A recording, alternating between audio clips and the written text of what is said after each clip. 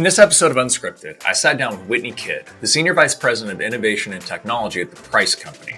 I was able to connect with Whitney when we were out at the National Multifamily Housing Council's annual OPTECH conference, which may lead you to believe that we talk about all things new and exciting in tech, but you'd actually be a little bit mistaken. You see, Whitney is an absolutely dynamic force in the industry and is passionate about bringing women together to advance issues in the industry. So passionate that she has taken the action of being a founding member of what's known as the W Collective, a collaboration of women leaders in student and multifamily housing that are dedicated to making sure the issues that affect the women of multifamily housing are a part of the ongoing conversation. We talk through the origin story of the W Collective, their overarching mission, and how anyone can get involved. But also, being at OPTECH, we certainly also talked about being on both sides of the vendor-operator relationship and what she wished the other side considered. And of course, what she sees as the biggest opportunity of the next 3 years in housing. You'll definitely want to hear her perspective.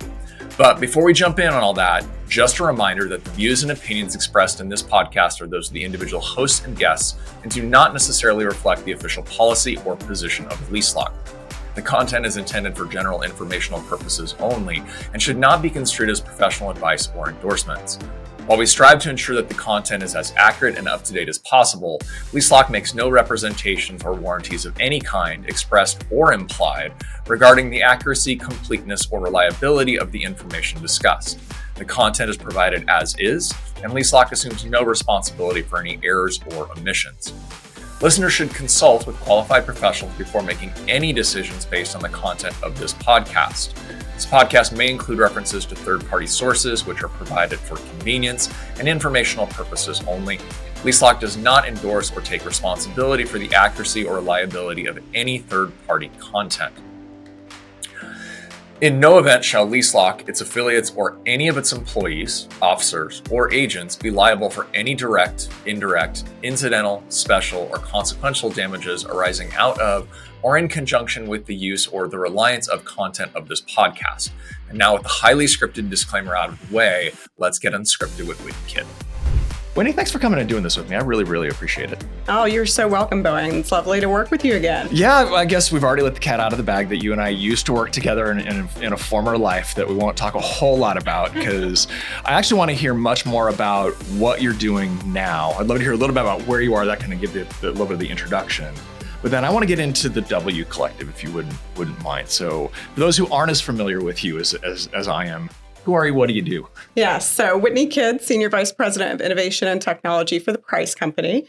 We're a student housing owner-operator based out of Raleigh, North Carolina, around 80 assets. It's grown quite aggressively since the 50 basis points drop that we just saw. Oh, good. So that's been great. And we also work in tech consulting as well. So helping prop tech missions all around the country with both our portfolio and external customers. And I guess to give a little bit of perspective for people on timing, we're here at OPTECH for 2024, right, where you are actually speaking on a panel in about like 2 hours or so, right? That's right. 3 hours. But one of the things I wanted to talk to you about, because it's something that I've seen you progress in the industry, is really elevating the role of women in all kinds of different roles within this. And you came out with a couple of folks and came out with the W Collective. Mm-hmm. What is it? I'd love to hear what it is, number one, and the origin story of how it came to be. That's a really good question. So the W Collective was originally founded with a group of executives in the student housing industry.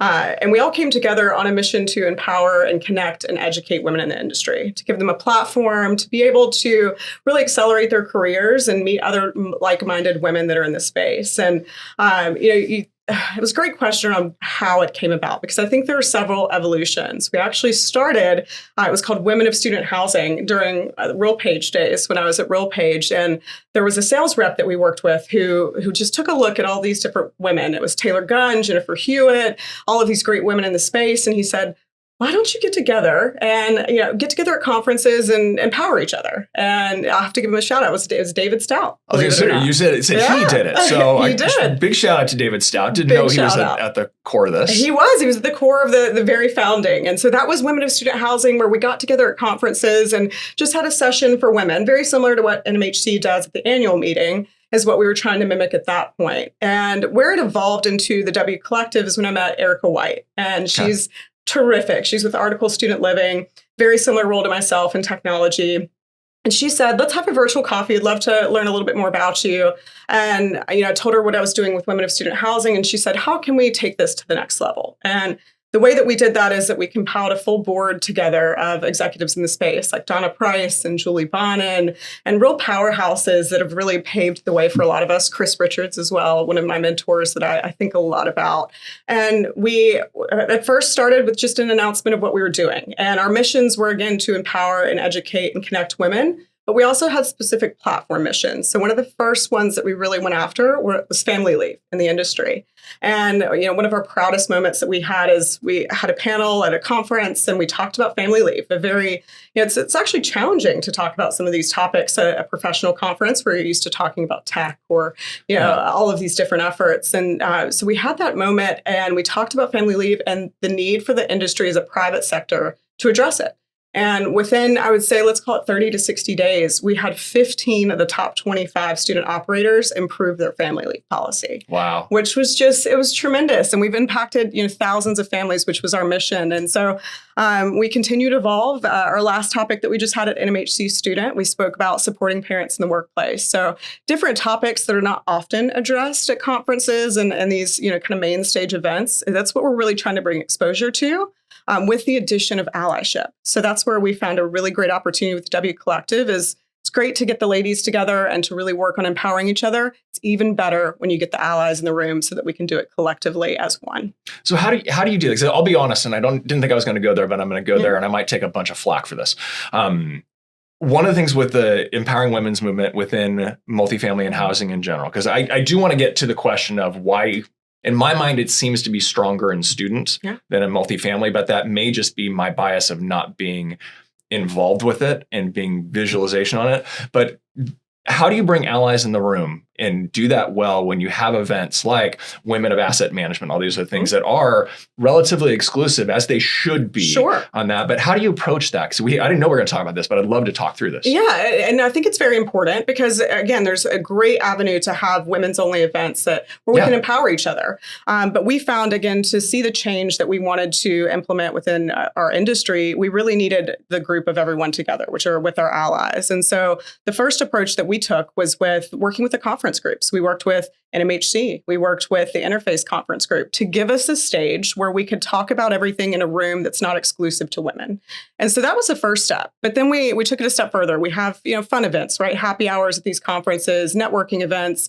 And instead of making them exclusive to women, we opened them up. And the reception to that was just absolutely extraordinary. People wanting to be a part of it and really be involved in the process of change in this industry to support women in business. And so I think those are just two of the small steps that we took that led to pretty amazing change throughout. But I would say, work with the conference groups, have a room where it's open to everyone, and then continue to reiterate that message because we'll have it. We just had one, a couple of weeks ago, and they said, "Oh, I still thought that was only for women." No, right? So we, as a board and as a W Collective, want to ensure that everybody knows that they're welcome and that we're on the same mission to help empower women. Yeah, it was interesting I was listening to another podcast you were on, and I'll give shout out to Mike Brewer for this one, and you shared a little bit of the origin story for you being in a room for the first time and the intimidation that comes along with it. Would you mind sharing a little bit of that story? Because I want to share a little bit of a reaction to it, but I'd love to. And our audience hasn't necessarily heard it. So. I absolutely think you were probably in that room if I had to take a guess. And so that backstory that I shared with Mike is that my first moment of where I thought there was a space for this is when I was 23 years old. I had just moved from the property level to the supplier side with onsite.com. Just an incredible opportunity. And they said, "Hey, Whitney, you're going to get to go to a conference." And I'd never been to it. And I was very excited. I think it was down in Boca at that point. And, I know which conference you're talking about. Yeah, exactly, I'm sure I was there. Yeah. So we were at annual and, walked in the room and saw this just sea of blue suits. And I say often, all of that sea of blue suits, most of those are friends and allies and just great people. But as a 23-year-old young professional who'd never been to a conference, it was incredibly overwhelming. And that was my moment. That was my why of let's make something different where people that are new to the space have an opportunity to come into a different avenue in a different event that may feel a little bit more welcoming, or at least they have an allyship group of, hey, this is tough for me. What were your best practices when you came in, right?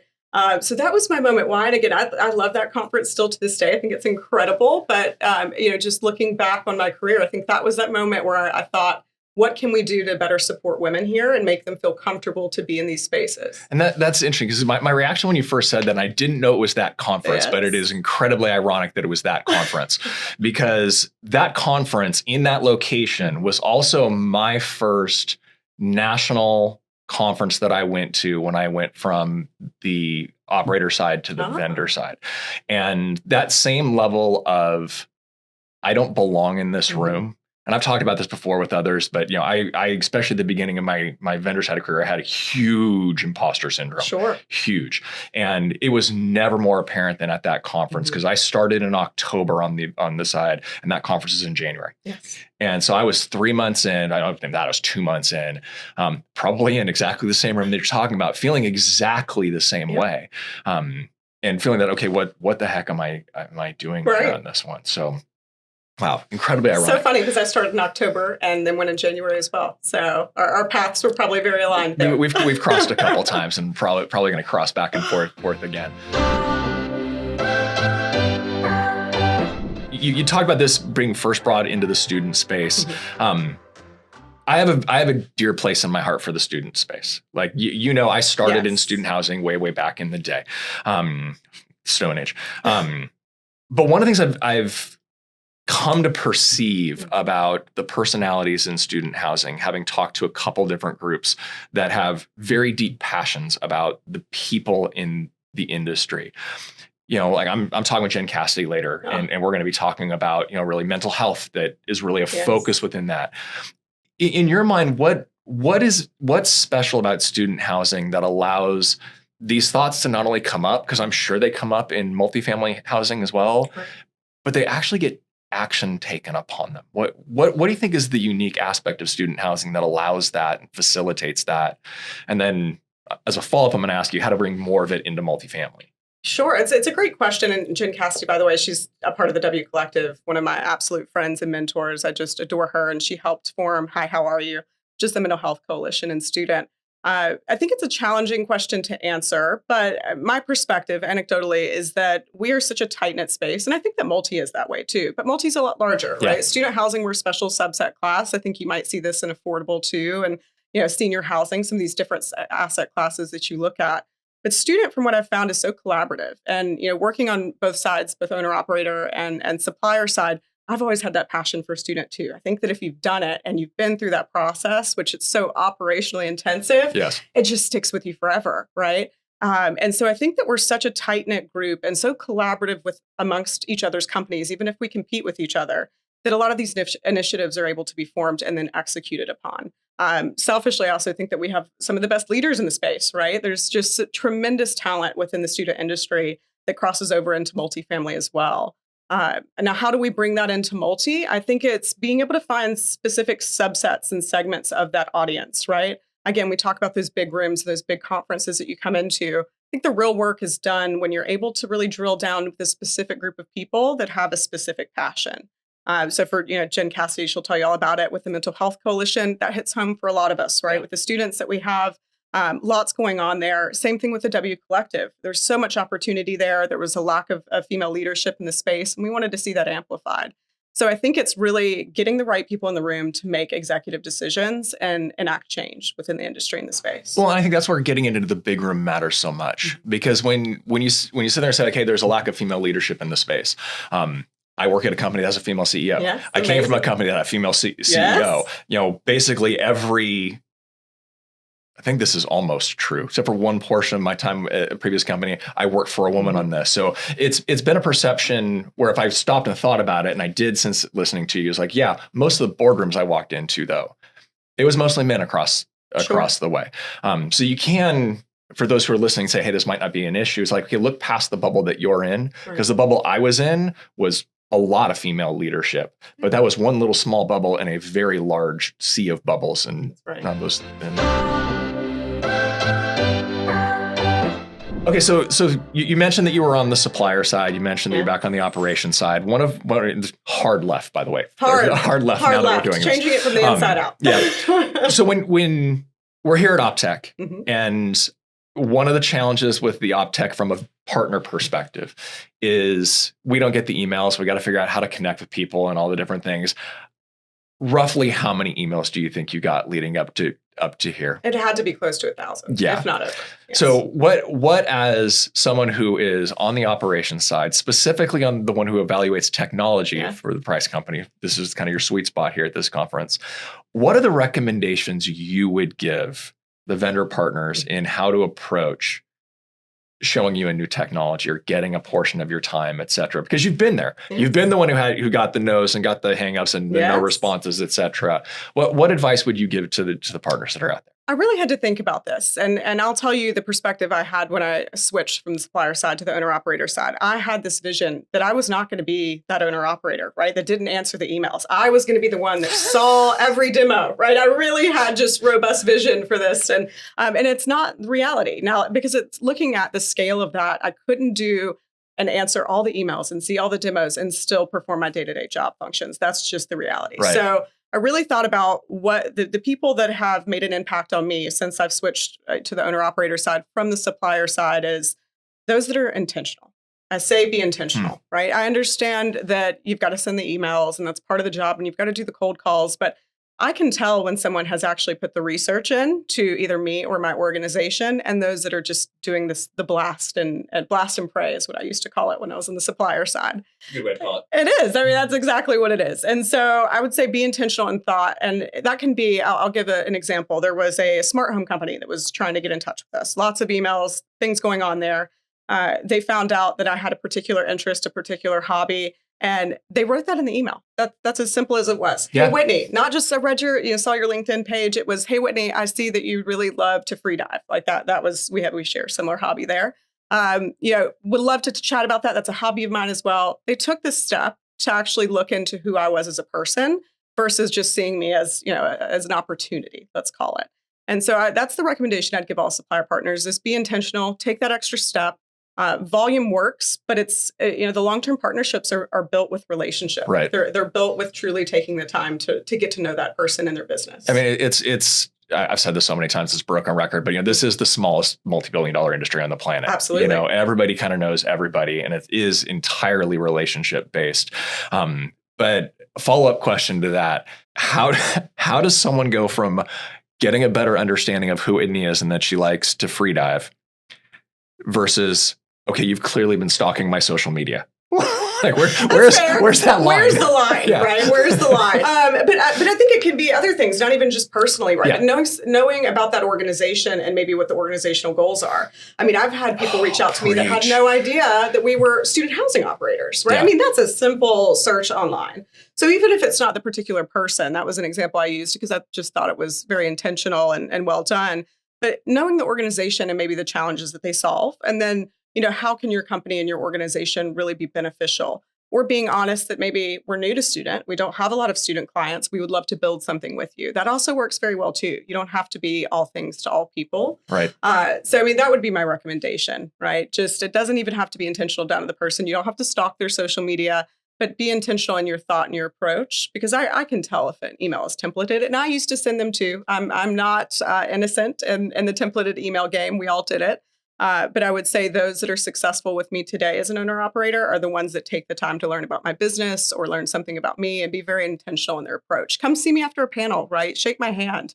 That really goes a long way, I think, and doesn't happen as often as you would think, which was shocking for me when I made that transition. Well, again, you bring me right back to a conference, 14 years ago that we were both at there. Like I would be intimidated to walk up to a panelist afterwards and didn't want to, because like all the other people, they get bum rushed by these people, like, they don't want to talk to me, et cetera. But I think one of the things that you said in there that I really want to actually pull out of that was, it's more your research on understanding what an organization is built around is more than just what's on the website. That's right. Like, it is having a conversation with someone who knows them. It is being able to have an in-depth conversation of, what's important, which we're going to get back to W Collective because that's part of what's important. And hopefully if someone's listening to this, they know what to talk to you next about.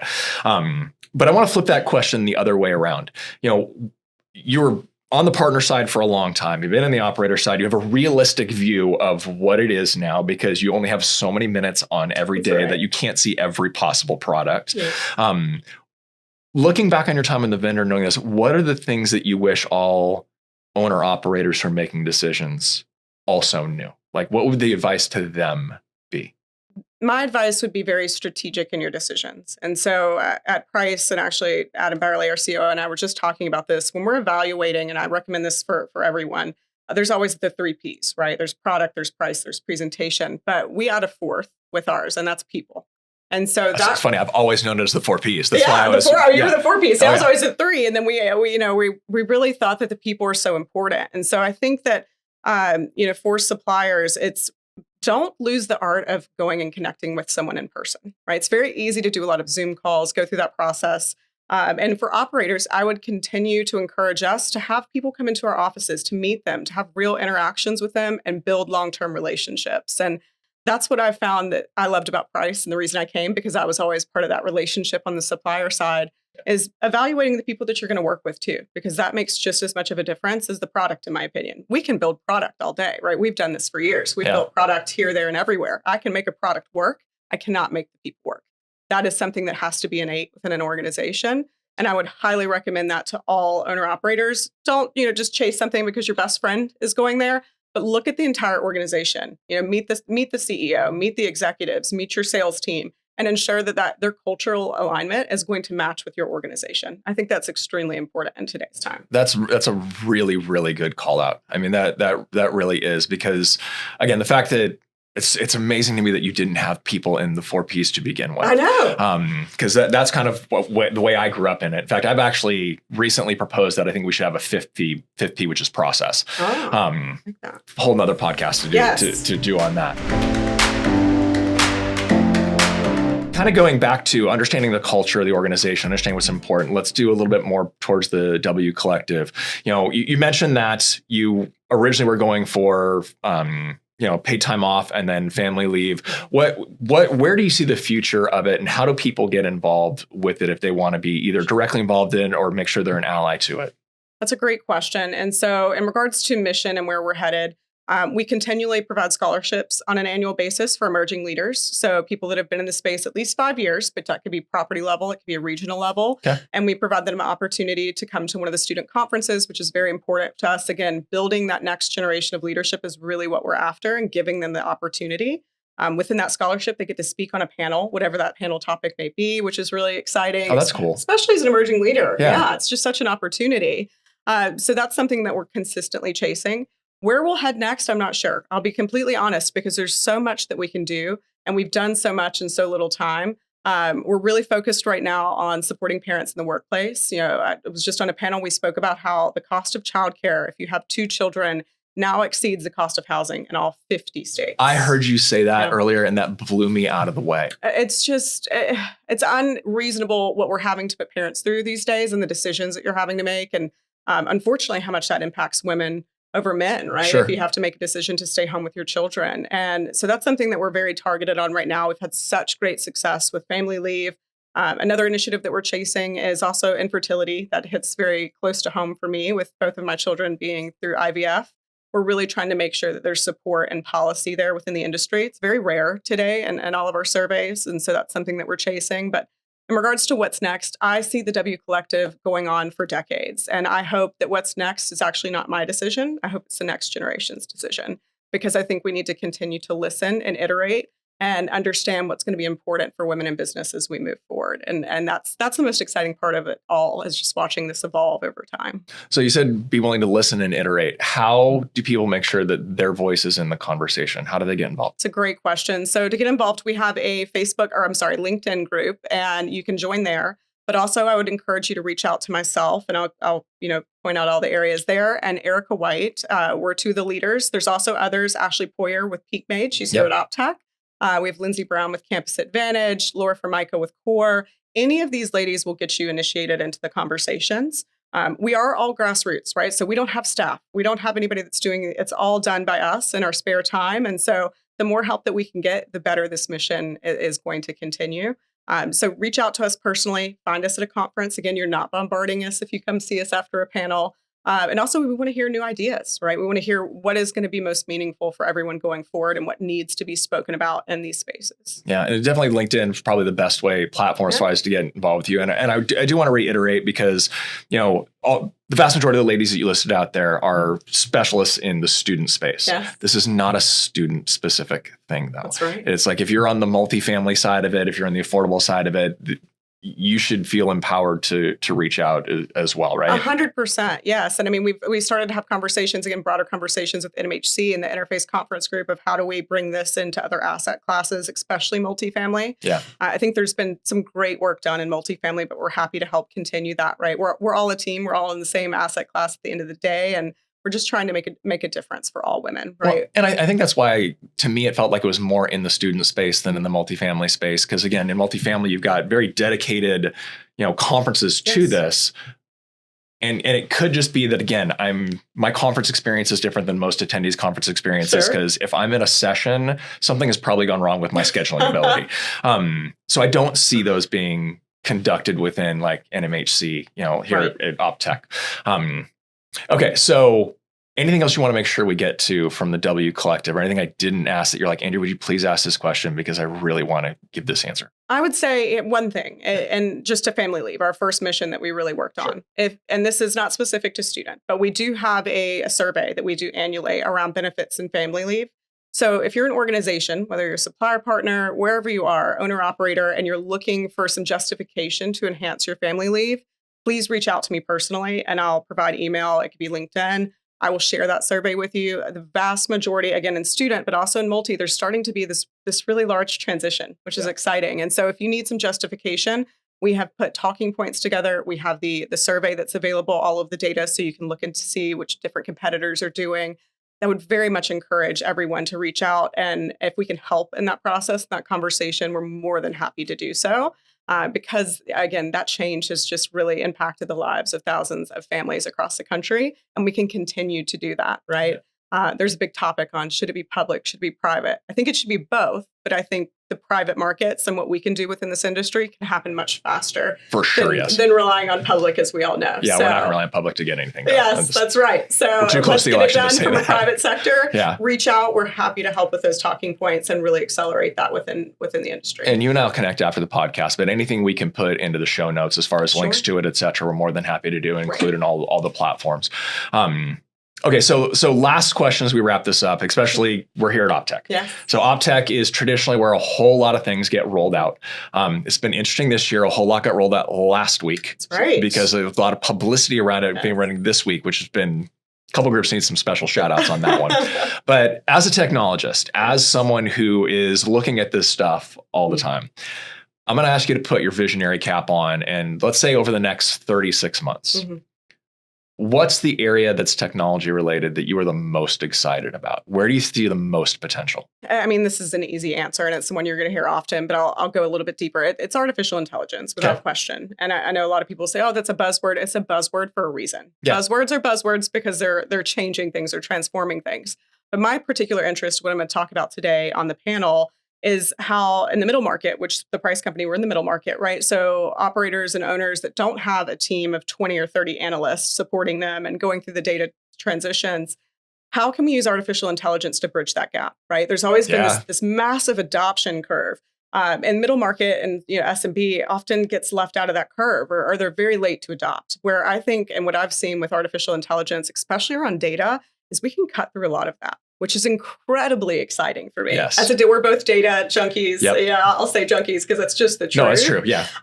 We both are. And what I've been able to do over the past, I'd call it 6 months with a partner of ours in the AI space is absolutely revolutionary, of understanding your customer, your asset performance through multiple data sources with very minimal overhead. That is exciting to me. Process automation, really starting to see where we can take this.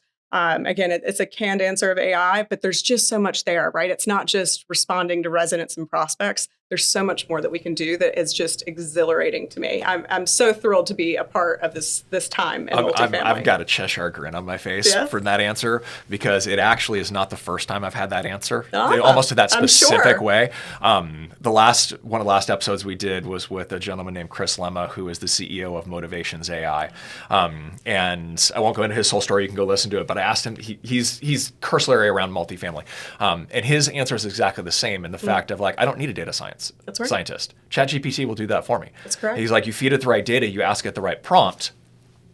That team of 20 analysts now got answered by 20 different well thought out prompts that are in play. So I love that you went there with it, because I think that the idea of folks who are just limiting, AI is a large language model that's going to be able to empower a chatbot, they're seeing the very tip of the iceberg. Yes. Like there's so much more down below. So much coming, which is exhilarating for our industry. I think that we'll finally be able to take that leap forward that we've all been trying to do for many years. Yeah. So we could do an entire podcast on that. Yes. Maybe we do that down the road in season 2. Yeah, I'd love that. Perfect. Well, I appreciate you sitting down, taking time out of a very busy schedule. Anything else you want to share with the audience? How can they get a hold of you? You've offered connecting with you directly. How do you want people to try and get a hold of you? Sure. So LinkedIn is great. Whitney Kidd, you can find me there. 2 Ds on Kidd. 2 Ds on Kidd.